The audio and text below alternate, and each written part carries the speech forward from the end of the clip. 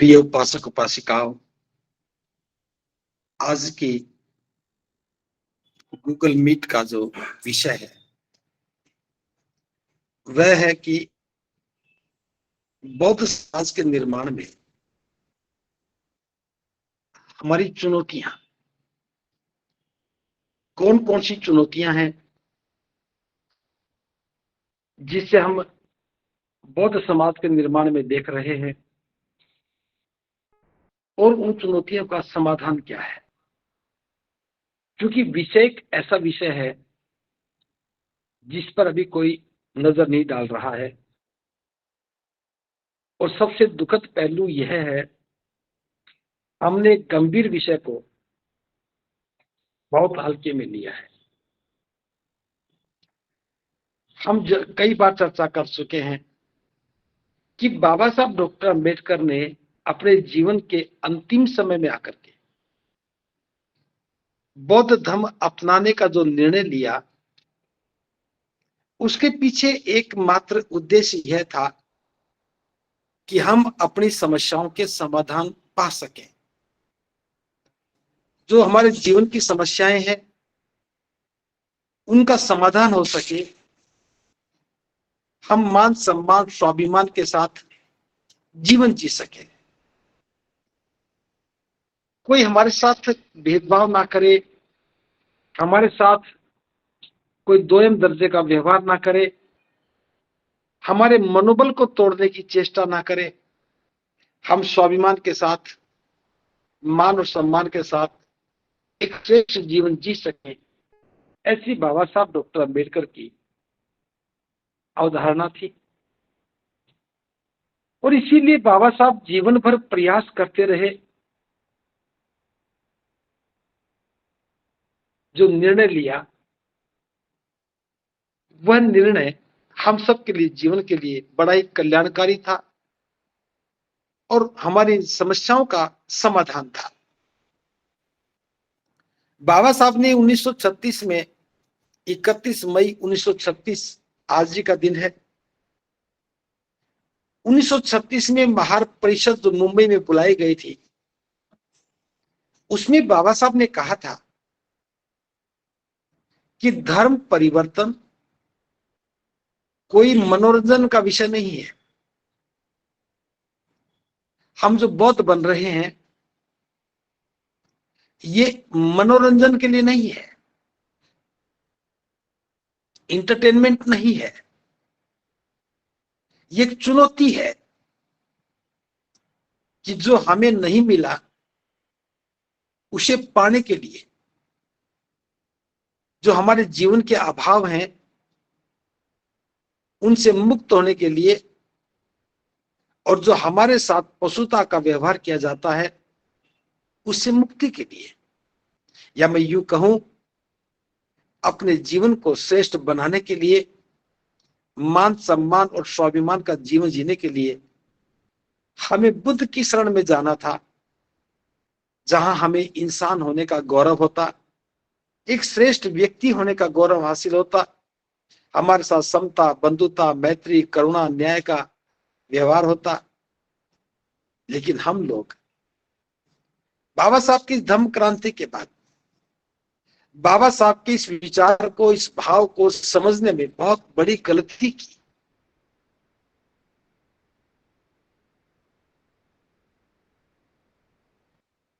हम समझ ही नहीं पाए। जितने भी लोग बौद्ध बने, उन लोगों ने बौद्ध बनने के बाद उस लक्ष्य को नहीं चुना जिस लक्ष्य को बाबा साहब बता करके गए थे। हमारा लक्ष्य था सामाजिक उन्नति करना, हमारा लक्ष्य था समता, बंधुता और स्वतंत्रता के साथ जीवन यापन करना। हमारा उद्देश्य था कि करुणा, मैत्री का व्यवहार करना। हमने इन सब चीजों को नजरअंदाज करके हमने इसको एक मनोरंजन का विषय बना लिया। मेरी इस बात से हो सकता है कि कुछ लोग इत्तेफाक ना रखें, लेकिन मैं इस आधार पर यह बात कह रहा हूं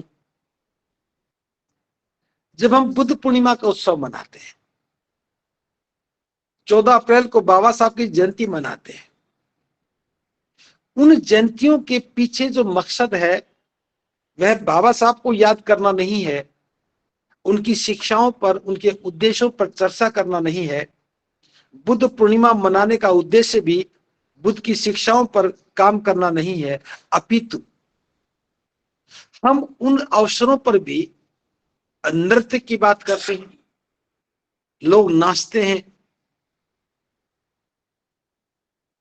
गीत गाते हैं, केवल आनंद की अनुभूति के लिए हम सारा काम करते हैं। और इस आनंद के प्रयास में, इस मनोरंजन के प्रयास में हमारा उद्देश्य छूट जाता है, हम भटक जाते हैं। बाबा साहब ने कहा था कि धर्म परिवर्तन मनोरंजन का विषय नहीं है, बल्कि यह मनुष्य की जीवन पर्यंत सफलताओं का प्रश्न है। जीवन पर्यंत की सफलताओं का प्रश्न था, लेकिन हमने इसे मनोरंजन में ही देखना शुरू किया। और जो लोग बौद्ध बने, वो बौद्ध बनकर के अपने नाम के पीछे बौद्ध लगा करके या अपने आप को बौद्ध कह करके ही समाज में अपना सम्मान बढ़ाने का काम करने लगे।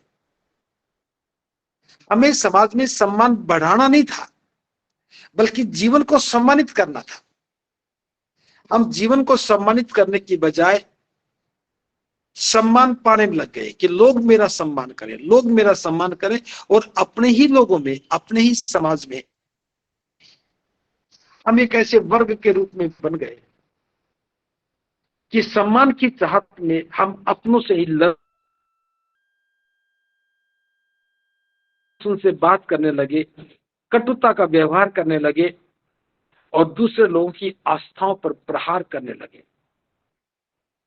एक छोटी सी चूक बाबा साहब की इस महान क्रांति के साथ एक बहुत बड़ा अन्यायकारी सिद्ध हो गई। बाबा साहब लड़ रहे थे उन विनाशकारी ताकतों से जो विसंगति फैलाने का काम कर रही थी, जो समाज में भेद स्थापित करने का काम कर रही थी। हमारी लड़ाई उन लोगों से थी जो समाज को बांटने का काम कर रहे थे।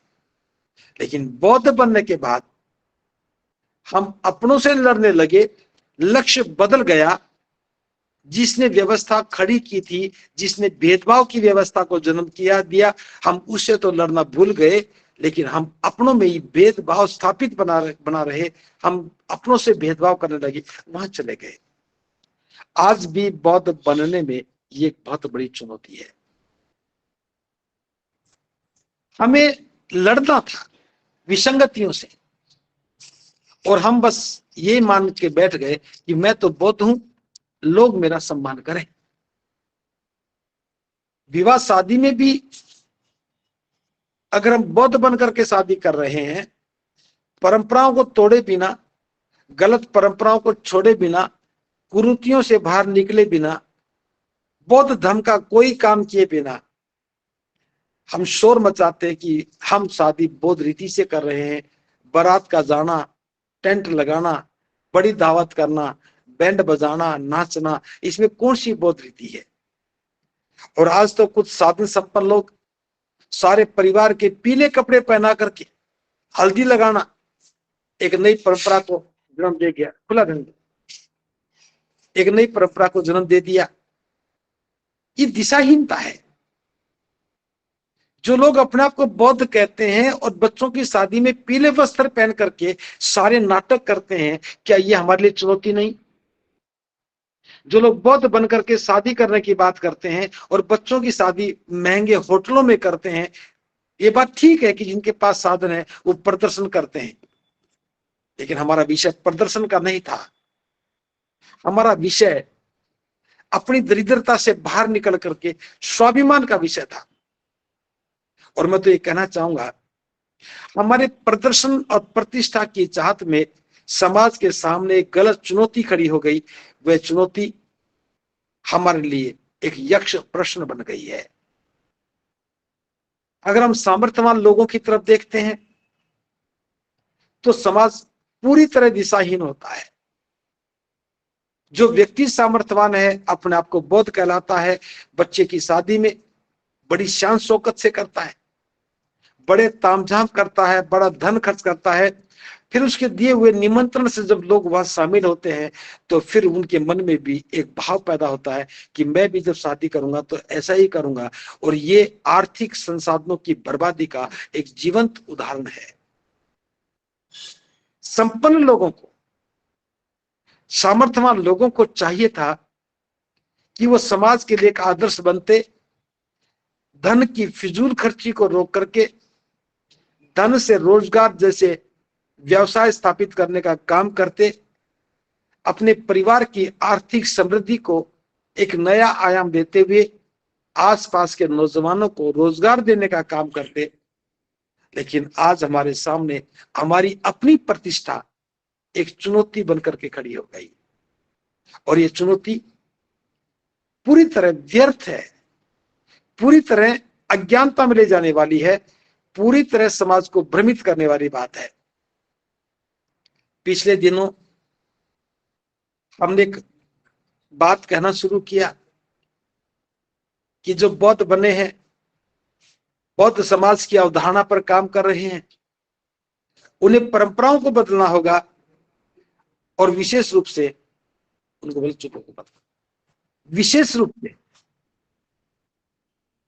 हमें विवाह जैसी परंपराओं को, जहां धन की बड़े पैमाने पर बर्बादी होती है, जहां बड़े पैमाने पर प्रदर्शन किया जाता है, जहां सैकड़ों लोगों के लिए एक मार्गदर्शन का काम होता है, वहां बड़ी सूझबूझ से काम करना चाहिए था।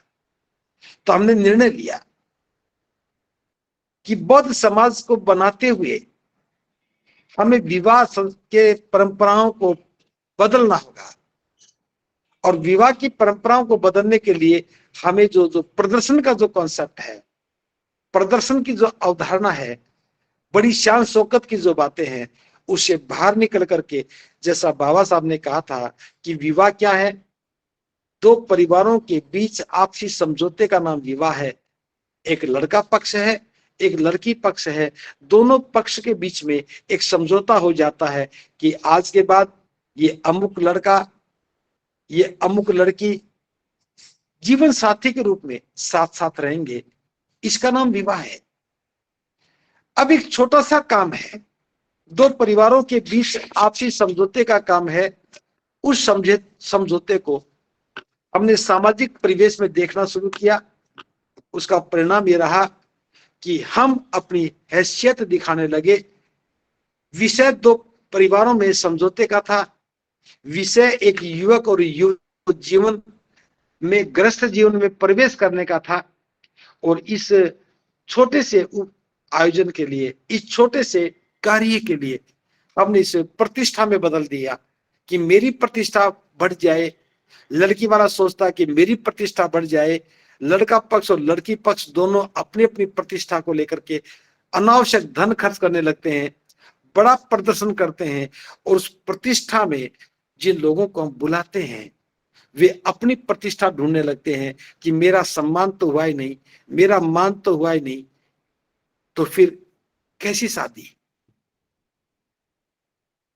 प्रिय उपासक उपासिकाओं, ये बहुत बड़ी चुनौती है। जो हम बौद्ध समाज निर्माण की बात कर रहे हैं, अगर बौद्ध बनने के बाद परंपराओं को नहीं बदला, परंपराओं के स्वरूप को नहीं बदला, विवाह जैसी सामान्य प्रक्रिया में हमने अपनी प्रतिष्ठा को शामिल करके ऐसे दिखाने की भावना को नहीं बदला, तो फिर बौद्ध समाज बनाने और नहीं बनाने का कोई अर्थ नहीं होगा। बारात में जाना, बैंड बजाना और दावत खाना, ये तीन चीजें हमें त्याग देनी होंगी। अगर हम बारात जाना बंद कर देंगे तो बारात का जो विषय है, कॉन्सेप्ट है, ये पूरी तरह छूट जाएगा। बारात नहीं होगी तो घोड़ी और बैंड की आवश्यकता नहीं होगी। बारात नहीं, बैंड नहीं, घोड़ी नहीं, तो फिर टेंट की आवश्यकता नहीं होगी, बड़ी दावत की आवश्यकता नहीं होगी। और बहुत ही सादगी के साथ, सरलता के साथ, कम धन में हम इस प्रयोजन को पूरा कर सकते हैं। ये बात अगर बौद्ध समाज निर्माण की अवधारणा के बीच में समझ में आ जाए तो मैं समझता हूं हम समाज में एक मजबूत आधार का निर्माण कर सकेंगे और एक चुनौती का ठीक से सामना कर सकेंगे। दूसरी बात,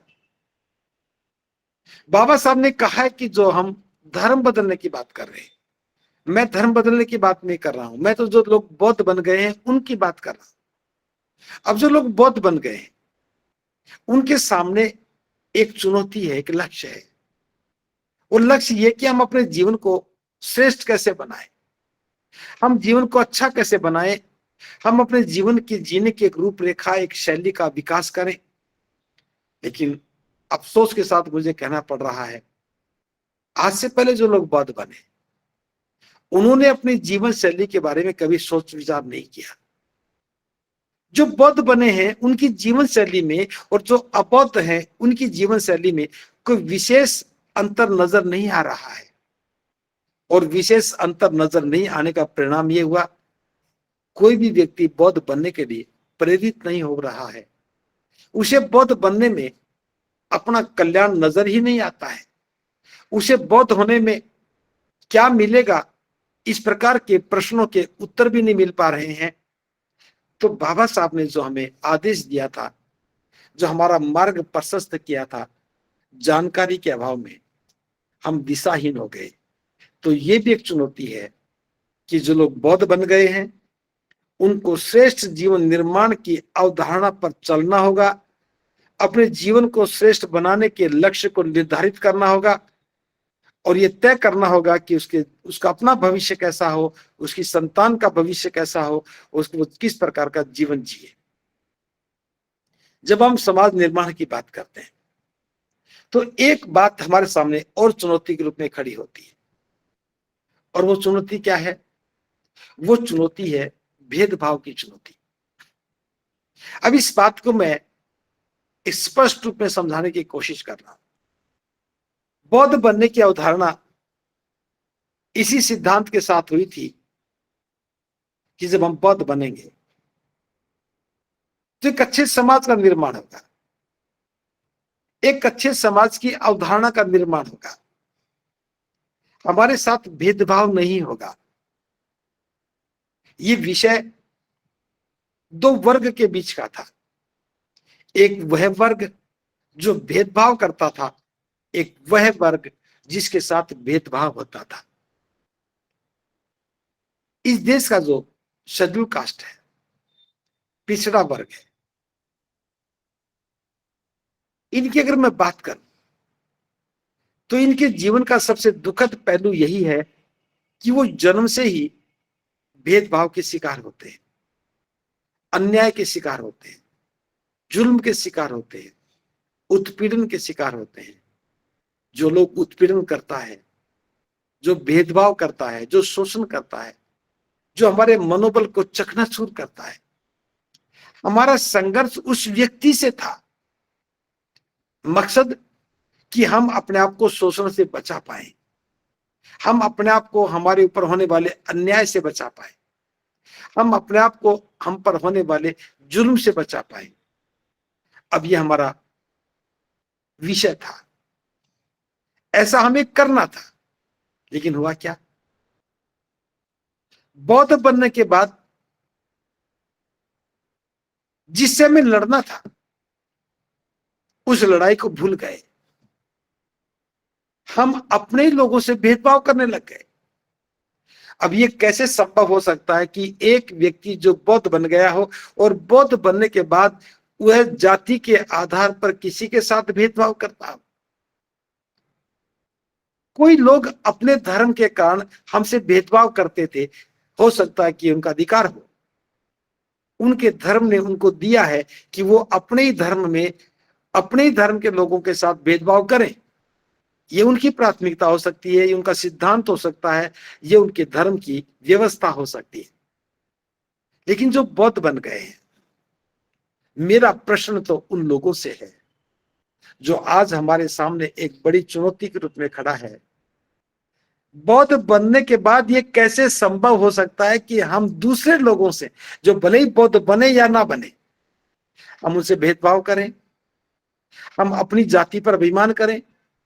अगर बौद्ध बनकर के जाति से मुक्ति नहीं पाई, हमारे अंदर भी जाति के प्रति अभिमान है, हम जाति पर अभिमान करते हैं और दूसरे लोगों को जाति के आधार पर अपने से छोटा समझते हैं। ये एक नए प्रकार का जो वर्ग कलह है, इसको हमने जन्म दिया है। ये बहुत बड़ी चुनौती है। इसीलिए हम बौद्ध बनकर के भी बौद्ध नहीं बन पाए। अभी बाबा साहब के समय में वर्ग कलह था, दो वर्गों के बीच में, एक ही धर्म के दो वर्गों के बीच में कलह था।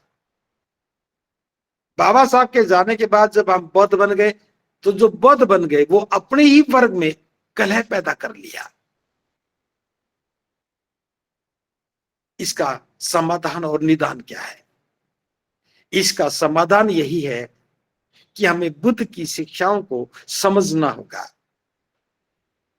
बुद्ध की शिक्षाओं को समझे बिना हम बौद्ध समाज नहीं बना सकेंगे। बाबा साहब ने 31 मई 1936 के जो भाषण में इस बात पर बहुत स्पष्ट रूप से कहा है कि किसी भी समाज के लिए, किसी समाज की के निर्माण की अवधारणा में 3 बातें आवश्यक है: सहानुभूति, समता और स्वतंत्रता। जब हम बुद्ध की बात करते हैं तो बाबा साहब इसमें दोहराते हैं कि मैं बुद्ध को इसलिए पसंद करता हूं, बुद्ध के धर्म को मैं इसलिए पसंद करता हूं कि इसमें समानता है, समता है, बंधुता है, यह करुणा और मैत्री पर आधारित है, इसमें स्वतंत्रता और न्याय की अवधारणा है। ये सबके लिए स्वतंत्रता देता है और इसमें न्याय है, किसी के साथ अन्याय नहीं है। तो ये तो बाबा साहब ने 1956 में कहा, लेकिन 1936 में बाबा साहब कहते हैं कि किसी भी समाज के लिए सहानुभूति होनी चाहिए, समता होनी चाहिए और स्वतंत्रता होनी चाहिए। अब हम बौद्ध बनकर के देख रहे हैं, क्या हमारे अंदर सहानुभूति है? हम बौद्ध बनने के बाद भी क्या अपने दूसरे बौद्ध भाइयों के प्रति सहानुभूति रखते हैं? सहानुभूति को भी वर्ग कलह के रूप में देख सकते हैं। जो बौद्ध नहीं बने हैं, पीड़ित लोग हैं, जुल्म का शिकार लोग हैं, क्या उनके प्रति हमारे मन में सहानुभूति है? मैं उदाहरण के लिए बात कर रहा हूं। आप सभी लोग साधन संपन्न हैं, जो इस गूगल मीट में जुड़े हुए हैं, वे अधिकतर साधन संपन्न लोग हैं। किसी के साथ भी आर्थिक गरीबी का संकट नहीं है। अब मैं एक बात कर रहा हूं, अगर हम 70-80 साल पीछे लौट करके चले, हमारा रहन सहन कैसा था, हमारा खान पान कैसा था, हमारा पहनावा कैसे था, मैं तो आज भी उस दृश्य को अक्सर देखता हूं, अनुभव करता हूं कि आज से 50 साल पहले का हमारा जीवन कैसा था। इन पिछले 50 वर्षों में हमारा जीवन कितना बदल गया। क्यों बदला? हमारे प्रयास थोड़े हैं, बाबा साहब के प्रयास ज्यादा हैं। मेरे प्रयास तो उस मार्ग पर चलने के हैं मात्र, मेरे प्रयास तो उस ज्ञान को प्राप्त करने के हैं, मेरे प्रयास तो बाबा साहब ने जो मार्ग प्रशस्त किया उस पर चलने मात्र का है। लेकिन सारे प्रयास तो बाबा साहब करके गए। अब हम उस मार्ग पर सुगमता से चलने के लायक हो गए। आज हमारे साथ भेदभाव कम हो गया, छुआछूत लगभग मर्तप्राय है। आज हमारे साथ इतना बड़ा अन्याय नहीं होता है। हाँ, जो लोग देहात में हैं, गांव में रहते हैं, जो आर्थिक दरिद्रता में हैं, जो दूसरों की सामाजिक गुलामी में हैं, उनके साथ यथास्थिति बनी हुई है, पहले जैसी बनी हुई है। लेकिन जो शहरों में आ गए, जो साधन संपन्न हो गए, जो नौकरियों में आ गए, उनके साथ वो स्थिति नहीं है। लेकिन क्या कभी हमारे मन में ख्याल आया कि बाबा साहब ने मार्ग बनाया, बाबा साहब के मन में सहानुभूति थी, हमारा कल्याण करना चाहते थे, हमारे लिए मार्ग प्रशस्त किया। क्या हम अपने ज्ञान से, विवेक से, साधनों से, संसाधनों से समाज के लिए मार्ग प्रशस्त करने का काम कर रहे हैं। हमारे मोहल्ले में जहां हम रहते हैं उस बस्ती में भी गरीब लोग रहते हैं।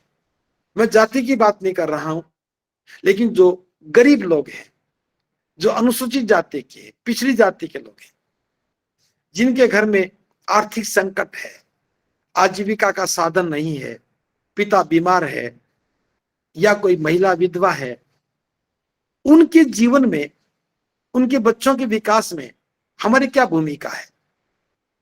अगर बाबा साहब मेरे बारे में चिंता ना करते, बाबा साहब हम सब के बारे में चिंता नहीं करते, तो क्या हमारे अंदर सामर्थ्य था कि हम यहां तक पहुंच जाते?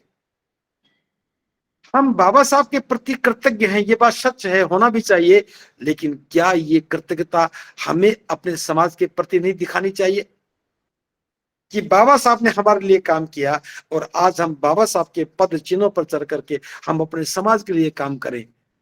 ये चुनौती है हमारे सामने। हम बौद्ध बन करके समाज के प्रति सहानुभूति की बात ही नहीं करते, गरीबों के लिए बात नहीं कर रहे। जिन लोगों को अवसर नहीं मिला उनके बारे में हमारे मन में लेश मात्र भी सहानुभूति नहीं है। हम अपने ही लोगों से घृणा कर रहे हैं, हम अपने लोगों को दुत्कार रहे हैं, फटकार रहे हैं। उनके पास विकास का कोई आयाम नहीं है, उसके पास विकास का कोई मार्ग नहीं है, उसको जीवन में मार्ग बताने वाला कोई व्यक्ति नहीं है। क्या ये हमारी जिम्मेदारी नहीं बनती कि हम उनके प्रति सहानुभूति रखते, हम उनके जीवन में कल्याण का पाठ पढ़ाते, उनको समझाते? रविवार के दिन उस बस्ती में बैठ करके, उन लोगों के बीच में बैठ करके, उनके घर एक गिलास पानी का पी करके उनके कल्याण की बात करते, तब हमें लगता कि हमारे मन में भी सहानुभूति बनी है, इस सहानुभूति से हम उनका कल्याण करेंगे। अब ये सहानुभूति हमारी गायब हो गई। क्यों हो गई? क्योंकि हमारे अंदर समता नहीं है, बराबरी का भाव नहीं है। हम बौद्ध बनकर के भी समता को भूल गए। दो जाति के लोग जो एक वर्ग में आते थे, दो भिन्न भिन्न जातियों के लोग जो बौद्ध बन गए, बौद्ध बनने के बाद भी हम उनमें समता की भावना नहीं देख रहे हैं। हर व्यक्ति अपनी पिछली जाति को लेकर के ही अपने को छोटा और बड़ा मान करके बैठ गया। मुझे दो तीन घटनाएं अक्सर याद आती है। अलीगढ़ में एक पिछड़ी जाति के व्यक्ति ने बुद्ध धर्म को स्वीकार किया। उसकी निष्ठा में कोई कमी नहीं थी। वह चाहता था कि मैं अपने बच्चों की शादियां बौद्धों में करूं, लेकिन तथाकथित बौद्ध तो बहुत थे, लेकिन बिना जाति के आधार को स्वीकार किए वो शादी नहीं कर सकते थे। कई वर्ष लगातार प्रयास करने के बाद उस व्यक्ति को हार थक करके अपनी पिछली जाति में अपनी लड़की की शादी करनी पड़ी। क्या यह हमारे सामने चुनौती नहीं? हरियाणा में एक और पिछली जाति के व्यक्ति ने बुद्ध के धर्म को अंगीकार किया। अनेकों बार उसने मुझसे कहा कि मैं चाहता हूं कि मैं अपने बच्चों की शादी बौद्धों में करूं, लेकिन एक भी बौद्ध तैयार नहीं हुआ, क्योंकि जाति समान नहीं थी। तो समानता की भावना बौद्ध बनने की बात नहीं आई, समता की भावना नहीं आई, बंधुता की भावना नहीं आई, तो सही अर्थों में हम बौद्ध नहीं बने। तो क्या इस प्रकार के बौद्ध बनना बौद्ध समाज के लिए चुनौती नहीं है? क्या इस चुनौती से निपटने के लिए हमारे पास कोई कार्य योजना है? अभी हम 27 अक्टूबर को जयपुर में 5 लाख लोगों के बीच में बौद्ध समाज की घोषणा करने का अभियान चलाकर खड़े हैं।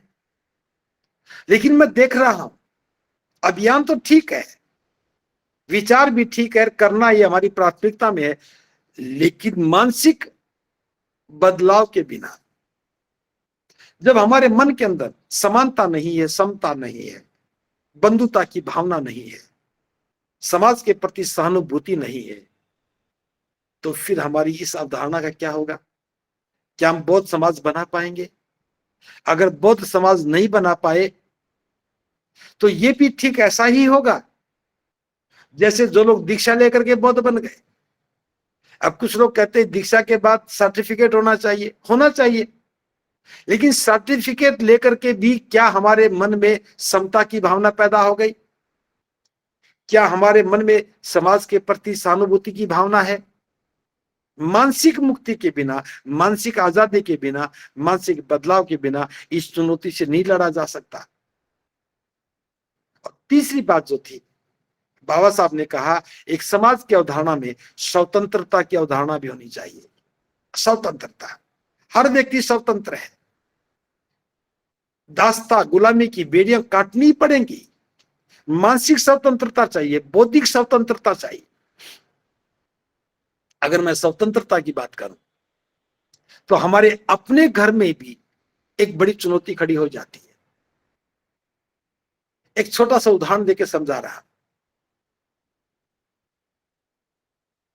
हम लोग भले स्वतंत्रता के पक्षधर हैं, हम राजनीतिक स्वतंत्रता के पक्षधर हैं, देश गुलाम नहीं होना चाहिए, हम इस बात के समर्थक हैं, लेकिन हमारे अपने परिवार में सभी लोग स्वतंत्र हो जाएं, क्या इस अवधारणा को हम स्वीकार कर पाए? शादी के बाद पत्नी के लिए पति परमेश्वर है, बिना पति की अनुमति के वो घर से बाहर कदम नहीं रख सकती, बिना पति की इच्छा के वो अपनी पसंद से सब्जी नहीं बना सकती, बिना पति की अनुमति के वो बाजार में नहीं जा सकती, और इससे बड़ी बात, पति की अनुमति के बिना वो अपने माता पिता से मिलने तक नहीं जा सकती। क्या इससे बड़ी गुलामी का कोई और उदाहरण हो सकता है? जीवन साथी है, जीवन में साथ साथ रहने का संकल्प किया है, एक दूसरे का सम्मान करने का संकल्प किया है, एक साथ बुद्ध की शरण में गए हैं, दीक्षा ली है, लेकिन स्वतंत्रता की अवधारणा को हमने अपना आधारभूत अधिकार बना लिया कि स्वतंत्रता के कोई अर्थ नहीं है, परिवार का मैं मुखिया हूं, बस मेरी अनुमति से ही परिवार चलेगा।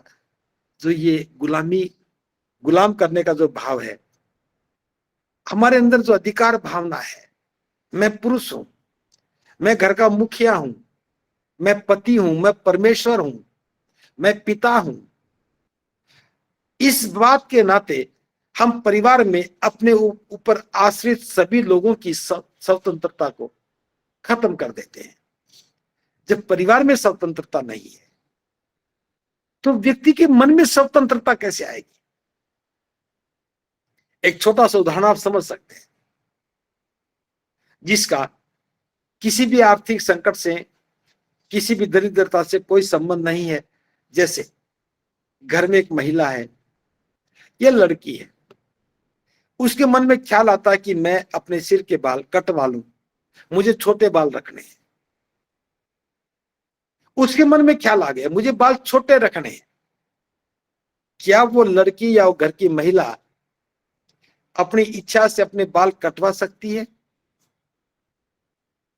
आप क्या उत्तर देंगे ये तो मुझे नहीं मालूम, लेकिन जहां तक मैं देख रहा हूं, घर में कोई भी लड़की या महिला इस बात के लिए बिल्कुल भी स्वतंत्र नहीं है वो अपने सिर के बाल भी अपनी इच्छा से कटवा सके। उसे अनुमति लेनी होगी, लड़की है तो पिता से लेनी होगी, मां से लेनी होगी, पत्नी है तो पति से लेनी होगी, और उससे कहीं ज्यादा भय होगा समाज से कि लोग क्या कहेंगे, अरे सिर के बाल कटवा लिए। बात भले छोटी सी है, बात भले व्यक्तिगत है, लेकिन मन और मस्तिष्क स्वतंत्र नहीं है। हम राजनीतिक स्वतंत्रता के पक्ष में खड़े हो जाते हैं, लेकिन जब मानसिक स्वतंत्रता की बात आती है तो ये चुनौती हमारे सामने खड़ी होती है। अगर बौद्ध बन करके इस मानसिक प्रताड़ना से बाहर नहीं निकल पाए, मानसिक दास्ता की बेड़ियों को नहीं काट पाए, हम अपने ही समाज में अपने ही प्रियजनों को एक सामाजिक मानसिक स्वतंत्रता नहीं दे पाए, तो मैं समझता हूं बौद्ध समाज बनना और नहीं बनना कोई अर्थ नहीं रखता है। ये चुनौती है। आप सभी श्रोता जो मेरी बात सुन रहे हैं, आप मनन करना, सोच के देखना क्या हम मानसिक स्वतंत्रता के पक्षधर हैं? क्या आज भी मानव मानव एक समान की बात करने वाले लोग, भले उसमें हम सब लोग शामिल हैं, क्या महिला पुरुष के बीच के भेद को खत्म करने के लिए तैयार हैं? अगर महिला और पुरुष के बीच का भेद खत्म होता है तो समता की बात सिद्ध हो जाती है, स्वतंत्रता की बात सिद्ध हो जाती है। लेकिन ये हमारे सामने एक बहुत बड़ा अन्याय है। हम इस अन्याय से लड़ने के लिए सामर्थ्य पैदा करना होगा। बाबा साहब के समय में बाबा साहब कह रहे थे कि जिस धर्म में हमारा जन्म हुआ, क्या वे लोग हमारे प्रति सहानुभूति रखते हैं? मैं बाबा साहब के बात कर रहा हूं। मैं ये कह रहा हूं कि हम बौद्ध बन गए, क्या बौद्ध बनने के बाद भी हम बौद्ध लोग आपस में सहानुभूति रखते हैं? बाबा साहब के सामने धर्म की चुनौती थी, और मैं उन लोगों की चुनौती की बात नहीं कर रहा हूं। मैं बात कर रहा हूं जो लोग बौद्ध बन गए हैं, क्या वो आपस में सहानुभूति रखते हैं? जो बौद्ध बन गए हैं, क्या वे बौद्ध आपस में समानता का व्यवहार करते हैं? जो बौद्ध बन गए हैं, क्या वो आपस में स्वतंत्रता की अवधारणा को पसंद करते हैं? इसका उत्तर जहां तक मैं समझता हूं एक ही आएगा कि नहीं करते हैं। तो इस चुनौती से कैसे बाहर निकले, मुकाबला हम कैसे करें? इसके लिए बाबा साहब कहते हैं हमें सामर्थ्य पैदा करना होगा। हमारे अंदर सामर्थ्य नहीं है, इसलिए हम प्रतिकार नहीं कर पाते, हम जुल्मी का विरोध नहीं कर पाते।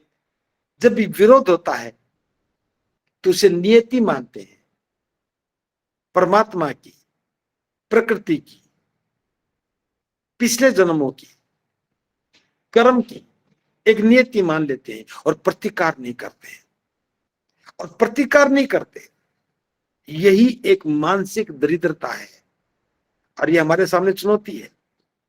बाबा साहब ने कहा कि हमें इस पर गंभीरता से विचार करना चाहिए।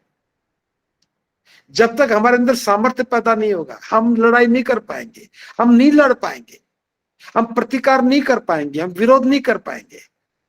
और विरोध नहीं कर पाएंगे तो भूल जाना कि स्वतंत्रता नाम की कोई चीज होती है, समता नाम का कोई शब्द भी है, और सहानुभूति कोई शब्द है। और सामर्थ्य पैदा इसलिए करना चाहिए ताकि हम अपने दुखों का निवारण कर सके। लेकिन मैं देख रहा हूं इस सामाजिक दिशा में, सामाजिक क्षेत्र में, समाज के निर्माण में हमें जो सामर्थ्य पैदा करना था, कोई भी व्यक्ति उसकी बात नहीं कर रहा। हर व्यक्ति व्यक्तिगत सामर्थ्य की बात तो कर रहा है, लेकिन सामाजिक सामर्थ्य की बात नहीं कर रहा। और सामाजिक सामर्थ्य की बात नहीं करने के कारण हम अपना सामर्थ्य खो गए। इसीलिए हम पर अन्याय होता है, हम पर जुल्म होता है। अगर बौद्ध बनने के बाद हमने सामाजिक सामर्थ्य स्वीकार नहीं किया, हमने सामाजिक सामर्थ्य पर काम करना शुरू नहीं किया, तो बौद्ध बनने के बाद भी हम अन्याय से नहीं बच पाएंगे। बौद्ध बनने के बाद हम जुल्मी का मुकाबला नहीं कर पाएंगे, हम प्रतिकार नहीं कर पाएंगे। आज भी देखिए, एक व्यक्ति बौद्ध बन करके जीवन जीने लगता है और उस पर कोई प्रहार करता है, उसका कोई शोषण करता है, उस पर कोई जुल्म करता है, तो क्या समाज में इतनी ताकत आ गई कि उसका वो मुकाबला करे, जुल्मी के खिलाफ बगावत करे, समाज में जिस पर जुल्म हो उसका सहायता करे? लेकिन हम देखते हैं ऐसा विषय ही खड़ा नहीं हुआ। हाँ, राजनीतिक रूप से एक दल है, दो दल है जो इस प्रकार की लड़ाइयां लड़ रहे हैं, ये राजनीतिक दल है। हमें सामाजिक सामर्थ्य चाहिए। एक राजनीतिक दल उभर करके आता है और वो लोगों को अन्याय से मुक्ति दिलाने के लिए लड़ाई लड़ता है, तो लोग उसे व्यक्तिगत स्वार्थ में देखते हैं कि राजनीतिक दल है, इसे सत्ता में आने के लिए ताकत चाहिए। लेकिन जब समाज इस काम को करता है, एक बौद्ध व्यक्ति के साथ जुल्म होता है और सारे बौद्ध खड़े हो जाते हैं, तब इस प्रकार के आरोप भी नहीं लगते हैं और समाज में सामर्थ्य पैदा होता है। बाबा साहब कहते हैं आप लोग बिना सामर्थ्य के अगर धर्म में रहते हैं तो आप कभी भी शक्ति पैदा नहीं कर सकेंगे। अगर हमने सामाजिक सामर्थ्य नहीं जुटाया, हम कभी शक्ति पैदा नहीं कर सकेंगे। अगर हमारी बाजुओं में शक्ति नहीं है तो फिर आने वाली संतानें भी इसी प्रकार की लाचार व्यवस्था में जीवन जिएंगी। हमें सामर्थ्य पैदा करना होगा, भुजाओं में बल पैदा करना होगा, बौद्ध बनने के बाद मजबूत बनना होगा, ताकि हम ये कह सकें कि बौद्ध बनने के बाद हमने सामर्थ्य अर्जित किया है और हम प्रतिकार करने में सक्षम हो गए, हम जुर्मी का मुकाबला करने में सक्षम हो गए। लेकिन ऐसा नहीं कर पा रहे। अधिकतर जुर्म महिलाओं पर होता है। क्या शिक्षा आने के बाद, दीक्षा लेने के बाद, बौद्ध बनने के बाद हमने कभी महिलाओं को मानसिक रूप से मजबूत बनाने के लिए, उन्हें ताकतवर बनाने के लिए कोई बात की? क्या महिलाएं भी स्वाभिमान के साथ जी सकें, वे भी आतिताइयों का मुकाबला कर सके, वे भी स्वयं की रक्षा कर सके, उनके ऊपर कोई उंगली ना उठाए, उनकी तरफ कोई बुरी नजर से ना देखे, वे मुकाबला कर सके, प्रतिकार कर सके? क्या ऐसी भावना बन पाई? अगर बौद्ध बनकर के ऐसा नहीं हो पा रहा तो याद रखना, ये कायरता है और ये हमारे सामने एक चुनौती है। बौद्ध बनकर के भी अगर हम मुकाबला नहीं कर पाएंगे, सामर्थ्यहीन व्यक्ति निर्बल कहलाता, दुर्बल कहलाता है। ये सामाजिक निर्बलता और सामाजिक दुर्बलता हमारी आने वाली संतानों को भी इसी लाचार व्यवस्था में जीने के लिए विवश करेगी। बौद्ध समाज का निर्माण करने की हम बात कर रहे हैं, लेकिन क्या उस लाचार व्यवस्था में जीना स्वीकार करेंगे? मैं तो कदापि स्वीकार नहीं करूंगा कि एक बौद्ध व्यक्ति, एक बौद्ध परिवार बिना सामर्थ्य के एक लचर और लाचार व्यवस्था का हिस्सा बनकर के जिए। महिलाओं को भी इस विचार में आगे आना होगा, उन्हें भी सामर्थ्य पैदा करना होगा, उन्हें भी शक्ति में हाथ बटाना होगा, उन्हें भी अपनी बाजुओं को और मजबूत करना होगा, ताकि जुर्मी का विरोध कर सके, प्रतिकार कर सके और अपनी सुरक्षा कर सके। बाबा साहब कहते हैं कि जो समाज बनाने की अवधारणा है, इसका मुख्य प्रयोजन व्यक्तिगत उन्नति अथवा व्यक्तिगत सुख नहीं है, बल्कि आदर्श समाज का निर्माण करना है। इसमें कोई संदेह नहीं कि व्यक्तिगत उन्नति और व्यक्तिगत सुख के बिना समाज की उन्नति और सुख नहीं हो सकता। लेकिन ये हमारा प्रयोजन इतना नहीं कि हम व्यक्तिगत उन्नति और व्यक्तिगत सुख की बात करें। हमारा प्रयोजन व्यक्तिगत उन्नति और व्यक्तिगत सुख से ऊपर उठ करके एक आदर्श समाज का निर्माण करना था। लेकिन बौद्ध बनने के बाद हम व्यक्तिगत उन्नति में खो गए, हम व्यक्तिगत तरक्की की बात करने लगे। आदर्श समाज, सुंदर समाज का निर्माण का विषय हमारा गौण हो गया। तो ये भी एक चुनौती है कि हम एक आदर्श समाज बना पाए, एक सुंदर समाज बना पाए और इस विषय के साथ न्याय कर पाए, ताकि बौद्ध समाज की घोषणा के साथ लोग इस बात को समझ सकें कि बौद्ध समाज हमारी जरूरत है, बौद्ध समाज जीवन को श्रेष्ठ बनाने का एक भाव है, बौद्ध समाज समाज को स्वावलंबी बनाने का भाव है। तो मैं समझूंगा कि बाबा साहब का एक मार्गदर्शन हमारे लिए अनुकरणीय होगा और इससे हमारा जीवन भी सुखी होगा, समाज भी मजबूत बनेगा। बस आज इतना ही। इसी विषय को कल हम फिर लेकर के आएंगे, इस विषय पर कल फिर चर्चा करेंगे। आज बस इतना ही। भवतु सब मंगलम, भवतु सब, भवतु सब।